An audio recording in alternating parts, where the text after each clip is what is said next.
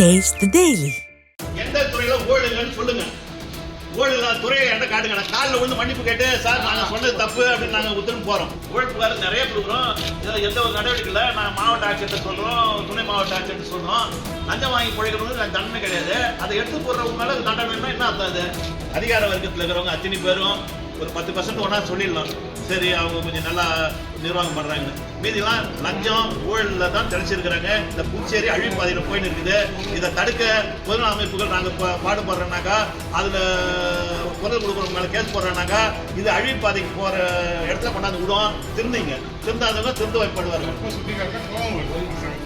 புதுச்சேரியில் ஊழல் இல்லாத ஒரு அரசு துறையை காட்டினால் காலில் விழுந்து மன்னிப்பு கேட்க தயார் என சுயேட்சை எம்எல்ஏ நேரு துணை மாவட்ட ஆட்சியர் அலுவலகத்தில் நின்று சவால் விடுத்தார். பொதுப்பணித்துறையில் நடக்கும் ஊழலை குறிப்பிட்டு போஸ்டர் ஒட்டியவர்கள் மீது வழக்கு பதிவு செய்யப்பட்டதை கண்டித்து ஆதரவாளர்களுடன் போராட்டத்தில் ஈடுபட்ட எம்எல்ஏ நேரு, ஊழல் அதிகாரிகளை பற்றி புகார் அளித்தால் லஞ்ச ஒழிப்புத்துறை அதிகாரிகள் நடவடிக்கை எடுப்பதில்லை என்றார். எந்த துறையில ஊழல் இல்லைன்னு சொல்லுங்க. ஊழல் இல்லாத துறையை என்கிட்ட காட்டுங்க. நான் காலில் விழுந்து மன்னிப்பு கேட்டு சார் நாங்கள் சொன்னது தப்பு அப்படின்னு நாங்கள் உத்தரவு போகிறோம். ஊழல் புகார் நிறைய கொடுக்குறோம். இதில் எந்த ஒரு நடவடிக்கை இல்லை. நாங்கள் மாவட்ட ஆட்சியர்கிட்ட சொல்கிறோம், துணை மாவட்ட ஆட்சியர்கிட்ட சொல்கிறோம்.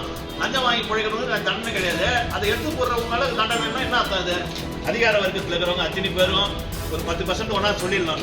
சரி, அவங்க கொஞ்சம் நல்லா நிர்வாகம் பண்ணுறாங்க. மீதிலாம் லஞ்சம் ஊழலில் தான் தெளிச்சிருக்கிறாங்க. இந்த புதுச்சேரி அழிவுப்பாதையில் போயின்னு இருக்குது.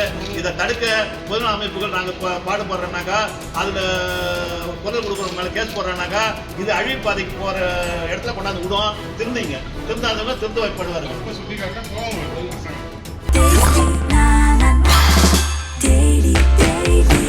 Taste Daily.